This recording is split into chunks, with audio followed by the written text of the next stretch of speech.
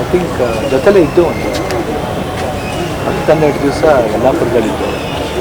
ಆವಾಗ ಮಾತಾಡಿದ ರೀತಿ ತುಂಬಾ ಒಂಥರ ವಿಭಿನ್ನವಾಗಿ ಮಾಡಬೇಕು ಅನ್ನೋ ಒಂದು ಆಸೆ, ಕ್ಯೂರಿಯಾಸಿಟಿ. ನಾವು ಮಾಡ್ತಿರ್ಬೇಕಾದ್ರೆ ಬಂದು ನೋಡ್ತಾ ಇದ್ವಿ ಹೆಂಗೆ ಮಾಡಬೇಕು, ಜೊತೆಲಿ ಹೆಂಗೆ ಇಂಪ್ರೂವೈಸ್ ಮಾಡಬೇಕು ಅಂತೆಲ್ಲ ಭಾಳ ಐ ಥಿಂಕ್ ಒಂದು ಕಲಿಯಂಥದ್ದು ತುಂಬ ಅವ್ರಿಗೆ ಇಂಟ್ರೆಸ್ಟ್ ಇದೆ. ಆದಮೇಲೆ ಆಮೇಲೆ ನಾನೆಲ್ಲ ಅವಳು ಪಿಕ್ಚರ್ ನೋಡ್ಬೇಕಲ್ಲ ನೋಡಬೇಕು ಚೆನ್ನಾಗಿ ತುಂಬಾ ಖುಷಿ ಆಯಿತು. ಅದೇ ನ್ಯಾಷನಲ್ ಅವಾರ್ಡ್ ಯಾಕೆ ಸಿಗುತ್ತೆ ಅನ್ನೋದಕ್ಕೆ ಪರ್ಫೆಕ್ಟ್ ಎಕ್ಸಾಂಪಲ್. ತುಂಬ ಈಸಿಯಾಗಿ ನೋವಾಗುತ್ತೆ ಅಂತ ಹೇಳ್ಬೋದು.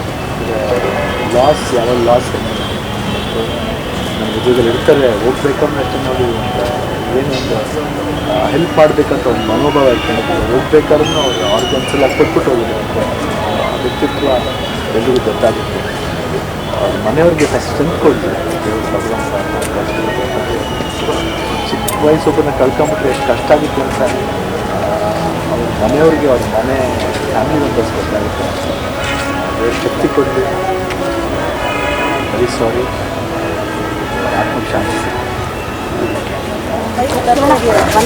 ಫಸ್ಟಿಂದ ರೂಲ್ ಮಾಡ್ಕೊಂಬಂದಿರೋದು ಹೆಲ್ಮೆಟ್ ಹಾಕಿ ಅಂತ. ದಯವಿಟ್ಟು ಹೆಲ್ಮೆಟ್ ಹಾಕಿ. ಇದು ಎಕ್ಸಾಂಪಲ್ ಇಟ್ಕೊಂಡು ಮಾತಾಡೋದು ಸ್ವಲ್ಪ ನೋವಾಗುತ್ತೆ, ಬಟ್ ಆದರೂ ಇನ್ನೊಬ್ರಿಗೆ ಇದೊಂದು ಲೆಸನ್ ಥರ ಆಗುತ್ತೆ. ದಯವಿಟ್ಟು ನೆನಪಿರಲಿ, ನಾನು ಹೆಲ್ಮೆಟ್ ಹಾಕೊಳ್ಳಿ, ಒಳ್ಳೇದಕ್ಕೆ ಹೇಳೋದು.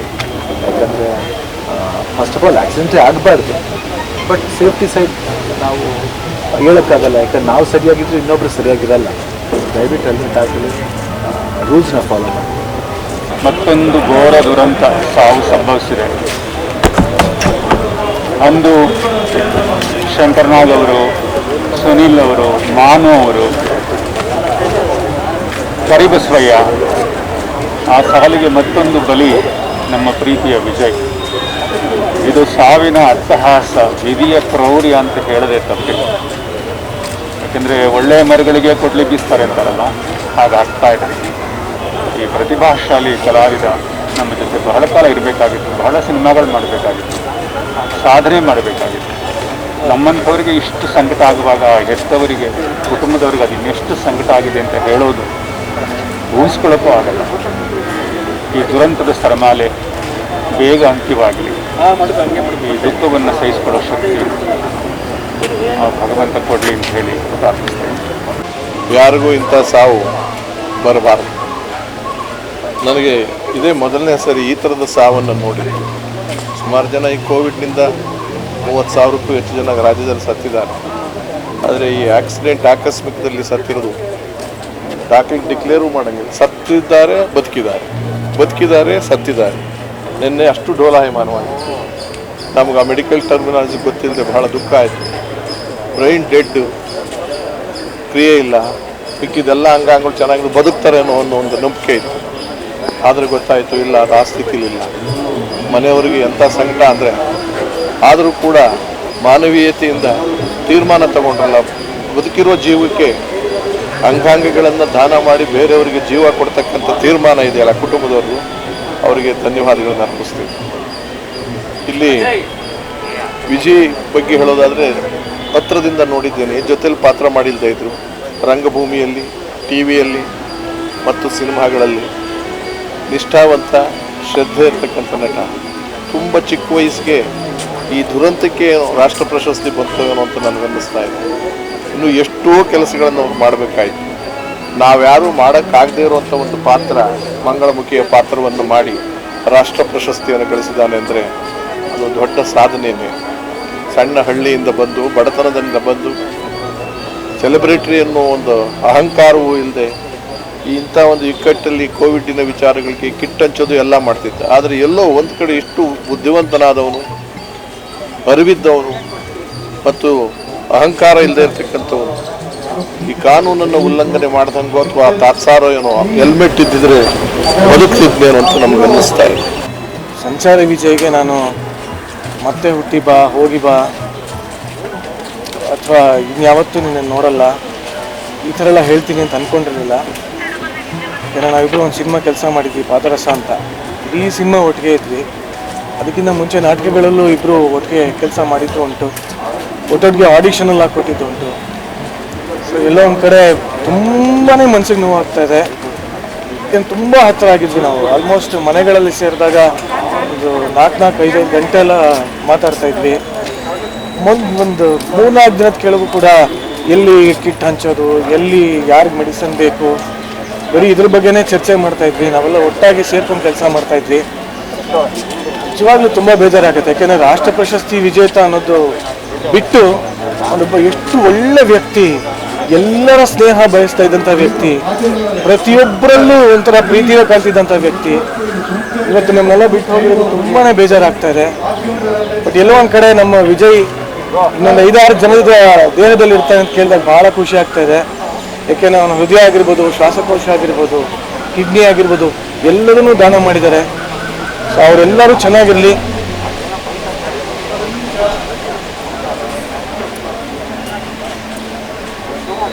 ಅಷ್ಟೇ ಹೇಳ. ಸಾರಿ, ಇದೊಂದು ತುಂಬ ಕಷ್ಟದ ಫೇಸ್ ಅಂತಲೇ ಹೇಳಬೇಕು. ತುಂಬ ಒಂದು ಕೆಟ್ಟ ಟೈಮು ಏನೋ ಗೊತ್ತಿಲ್ಲ. ಬರೀ ಇದೇ ಥರದ ಸುದ್ದಿಗಳು, ಇದೇ ಥರದ ವಿಷಯಗಳು. ತುಂಬ ಒಳ್ಳೊಳ್ಳೆ ಗೆಳೆಯರು. ಸಂಚಾರಿ ವಿಜಯ್ ಎಲ್ಲರಿಗೂ ಗೊತ್ತಾಗಿದೆ, ಯಾರು ಸಿಕ್ಕರೂ ತುಂಬ ಒಳ್ಳೆ ಜೀವ ಅದು.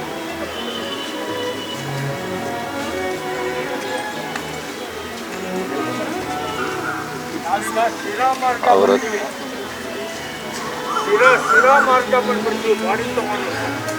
ಏನಾಗುತ್ತೆ ಎಲ್ಲ ರೋಡ್ ಚೆನ್ನಾಗಿದೆ,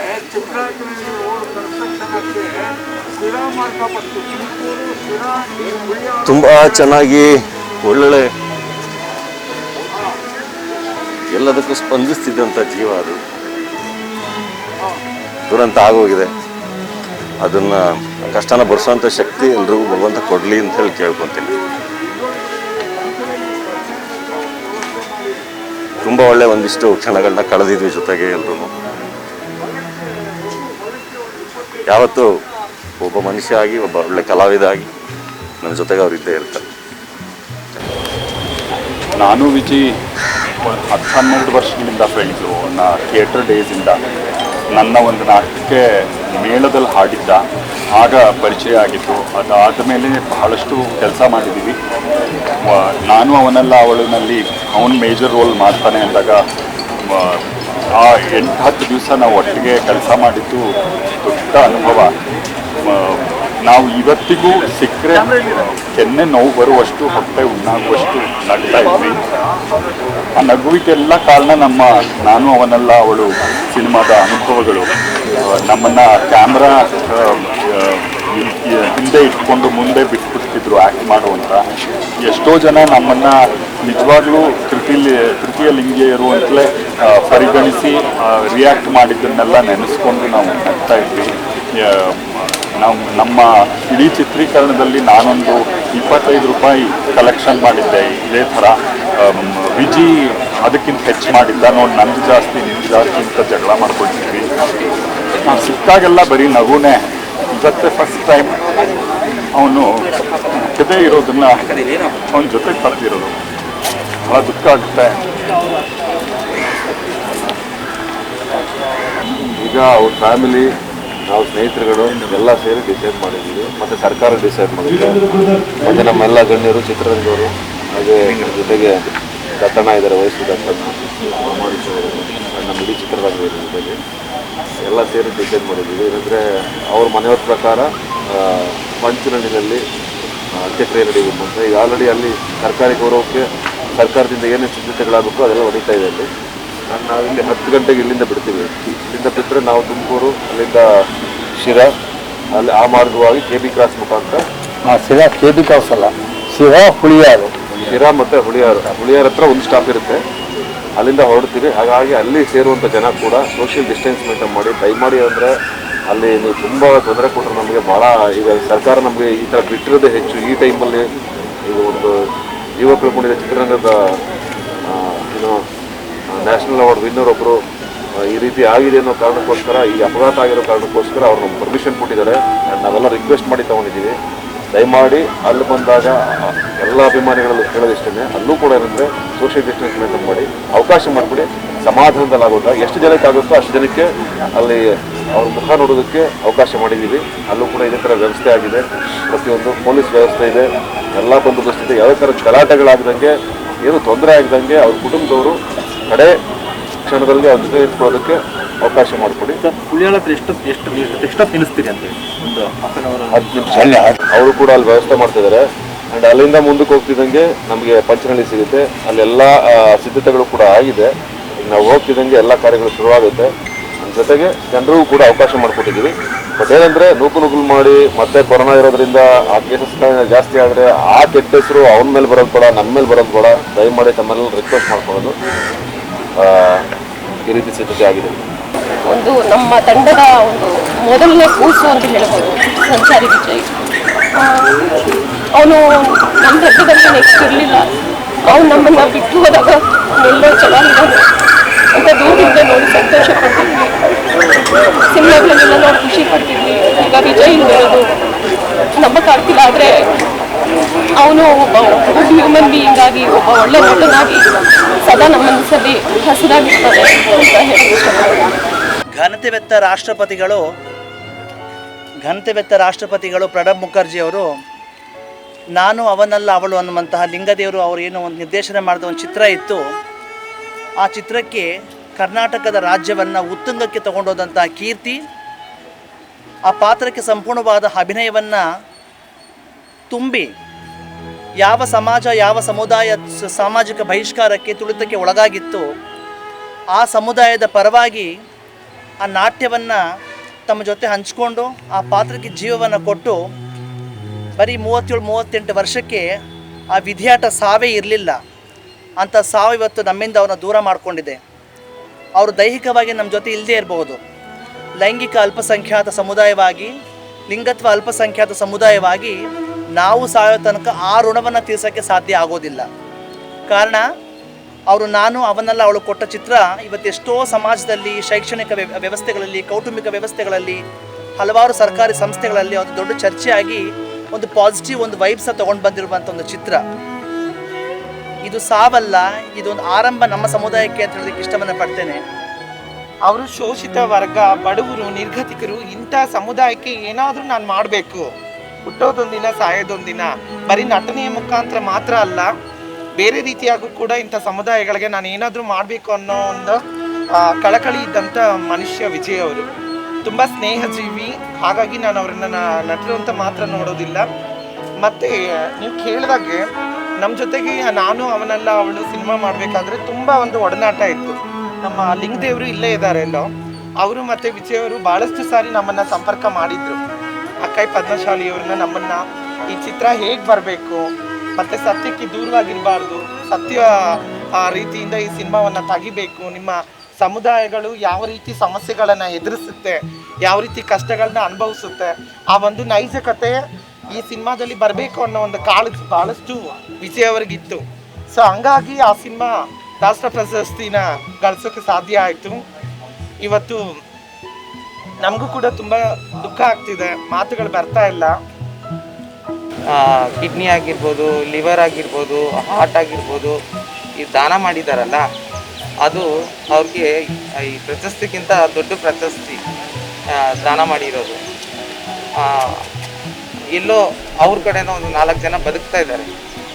ಸೊ ಈ ಥರ ನಮ್ಮಲ್ಲೂ ನಾನು ಒಂದು ಡಿಸೈನ್ ಮಾಡಿದ್ದೀನಿ. ಇವಾಗ ಸಂಚಾರಿ ವಿಜಯವ್ರನ್ನ ನೋಡಿ ನಮ್ಮದು ಒಂದು ಅಂಗಾಂಗಗಳನ್ನ, ಸೊ ಸರ್ಕಾರ ಆಗಿರ್ಬೋದು, ಗೋರ್ಮೆಂಟ್ ಹಾಸ್ಪಿಟಲ್ಗಳಾಗಿರ್ಬೋದು, ನಮಗೂ ಅನುಕೂಲ ಮಾಡಿಕೊಟ್ರೆ ದಾನ ಮಾಡೋದಕ್ಕೆ, ನಾವು ಡೆತ್ತಾದ್ರೂ ದಾನ ಮಾಡೋದಕ್ಕೆ ಒಂದು ಅನುಕೂಲ ಮಾಡಿಕೊಟ್ರೆ ತುಂಬ ಚೆನ್ನಾಗಿರುತ್ತೆ ಅಂತ. ಯಾಕಂದರೆ ಸಂಚಾರಿ ವಿಜಯ್ ಕಡೆಯಿಂದ ಆಗಿರೋ ಒಂದು ಕೆಲಸ ನಾವು ತೊಡಗಿಸ್ಕೊಳೋಣ ಅಂತ ಒಂದು ನಿರ್ಧಾರಕ್ಕೆ ನಾನು ಬಂದಿದ್ದೀನಿ. ಇವತ್ತು ಅವ್ರು ಇಲ್ಲದೆ ಇರೋದು ಒಂಥರ ಹೇಳಬೇಕು ಗೊತ್ತಾಗ್ತಿಲ್ಲ. ಹೋದ ವರ್ಷ ತಾನೇ ಚಿರು ತೀರ್ಕೊಂಡಾಗ ಬಂದ್ಬಿಟ್ಟು ಮಾತಾಡಿದ್ದು, ಏನು ಇಷ್ಟು ಬೇಗ ಹೊರಟ್ಬಿಟ್ರೆ ಹಿಂಗೆ ಜೊತೆಲಿರೋರು. ವರ್ಷ ಆದಮೇಲೆ ಇವತ್ತು ಅವನ ಒಂದು ಇದಕ್ಕೆ ಬರಬೇಕಾಗಿ ಬಂದಿದೆ.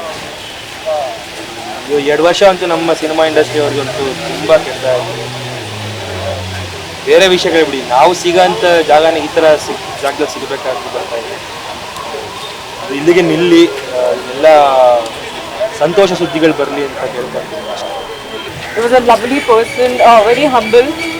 While shooting for Killing Viruppan, he was just sitting quietly in the corner. I didn't know he was a national award winner. He had no qualms about it. He had no show off. Very simple person. It's towards the end I discovered he was a national award winner. I felt bad. I went to him. And just a lovely, sweet person. He's gone too early. I feel bad and condolence to the family. Thank you. ಈ incident ನಮಗೆಲ್ಲರಿಗೂ loss. ಅಂದರೆ ಅವ್ರ ರಾಷ್ಟ್ರೀಯ ಮಟ್ಟಕ್ಕೆ ಅವರಿಗೆ ಪ್ರಶಸ್ತಿ ಸಿಕ್ಕಿದೆ, ಅವ್ರಿಗೆ ರೆಕಗ್ನಿಷನ್ ಸಿಕ್ಕಿದೆ. ಆದರೆ ಅಂತಾರಾಷ್ಟ್ರೀಯ ಮಟ್ಟಕ್ಕೆ ಅವ್ರು ಕೆಲಸ ಮಾಡ್ತಾಯಿದ್ರು. ಅಂದರೆ ನಾವು ಅನ್ಕೋತೀವಲ್ಲ ಟ್ಯಾಲೆಂಟ್ ಅಂತ, ಟ್ಯಾಲೆಂಟ್ ಇದೆ, ಬಟ್ ಅವ್ರು ತುಂಬ ಕಷ್ಟನೂ ಪಡ್ತಾಯಿದ್ರು. ಕಲೆ ಇತ್ತು ಅವರಲ್ಲಿ. ಅದನ್ನು ಅನುಭವಿಸೋಕ್ಕೆ, ಅದನ್ನು ಎಂಜಾಯ್ ಮಾಡೋಕ್ಕೆ ನಮಗೆ ಲಾಸ್ ಅಂತ ನನಗೆ ಅನಿಸುತ್ತೆ. ಹೇಳ್ತಾರೆ ಈ ಪ್ರಪಂಚ ಬಿಟ್ಟು ನೆಕ್ಸ್ಟ್ ಪ್ರಪಂಚನೇ ಬೆಟರ್ ಅಂತ. ಆ್ಯಂಡ್ ಅವ್ರು ದೇವ್ರಿಗೆ ಭಾಳ ಬೇಗ ಪ್ರೀತಿ ಆಗಿಬಿಟ್ಟಿದ್ದಾರೆ ಅಂತ. ಬಟ್ ನನಗನ್ಸುತ್ತೆ ನಮಗೆಲ್ಲರಿಗೂ ತುಂಬ ದೊಡ್ಡ ಲಾಸ್, ಎಸ್ಪೆಷಲಿ ನಮ್ಮ ಕನ್ನಡ ಇಂಡಸ್ಟ್ರಿಗೆ ಇದು ತುಂಬ ದೊಡ್ಡ ಲಾಸ್. ಅವರು ತುಂಬ ತುಂಬ ತುಂಬ ತುಂಬ ಒಳ್ಳೆ ಆ್ಯಕ್ಟರ್, ಒಳ್ಳೆ ಹ್ಯೂಮನ್ ಬೀಯಿಂಗ್. ಅದು ನಮಗೆ ಗೊತ್ತಿದೆ. ಈ ಕೊರೋನಾ ಟೈಮಲ್ಲಿ ಭಾಳನೇ ಓಡಾಡಿದ್ದಾರೆ ಅವರು. ಅವ್ರನ್ನ ನೋಡಿ ನಾನು ಮಾಡೋಕ್ಕೆ ಶುರು ಮಾಡಿದೆ, ಟು ಬಿ ವೆರಿ ಆನೆಸ್ಟ್. ಚಿತ್ರರಂಗಕ್ಕೆ ಭಾಳ ಆಘಾತ ಆಗ್ತಿದೆ. ಇವರು ಇನ್ನೂ ಬದುಕಿದ್ರೆ ಇನ್ನೂ ಅನೇಕ ಚಿತ್ರಗಳನ್ನು ಮಾಡಿ ರಾಷ್ಟ್ರ ಪ್ರಶಸ್ತಿ, ರಾಜ್ಯ ಪ್ರಶಸ್ತಿ ಕೂಡ ತಗೊಳ್ತಾ ಇದ್ವಿ. ಅಂಥ ನಟನ್ನು ಕಳ್ಕೊಂಡು ಇವತ್ತು ನಾವು ಭಾಳ ದುಃಖಿತರಾಗಿದ್ದೀವಿ. ಚಲನಚಿತ್ರ ವಾಣಿಜ್ಯ ಮಂಡಳಿ, ಚಿತ್ರರಂಗ ನಾವು ಅವರಿಗೆ ಇವತ್ತಿನ ದಿವಸ ಅವ್ರಿಗೆ ಶ್ರದ್ಧಾಂಜಲಿಯನ್ನು ಅರ್ಪಿಸ್ತಾ ಇದ್ದೀವಿ. ಇಂಥ ನಟರುಗಳು ಭಾಳಷ್ಟು ಇರಬೇಕಾಗಿತ್ತು, ಇನ್ನೆಲ್ಲರಾಗಿದ್ದಾರೆ. ಈ ಒಂದು ದುರಂತ ಆಗಬಾರ್ದಾಗಿತ್ತು. ಇದಕ್ಕೆ ಚಿತ್ರರಂಗ ಭಾಳ ದುಃಖ ವ್ಯಕ್ತಪಡಿಸ್ತಾ ಇದೆ.